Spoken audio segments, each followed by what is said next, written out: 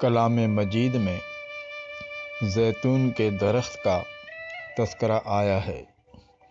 یہ درخت نہایت ہی کثیر البرکت ہے، کیونکہ اس کا روغن، جس کو زیت کہتے ہیں، نہایت ہی صاف و پاکیزہ روشنی دیتا ہے۔ سر میں بھی لگایا جاتا ہے۔ سالن اور نان خورش کی جگہ روٹی سے بھی کھایا جاتا ہے۔ دنیا کے اور کسی تیل میں یہ وصف نہیں ہے۔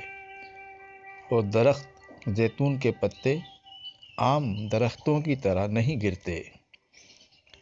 گرمی اور سردی سے اسے ضرر نہیں پہنچتی۔ نہایت ہی اجود و اعلیٰ ہے۔ اس کا پھل غایت اعتدال ہے۔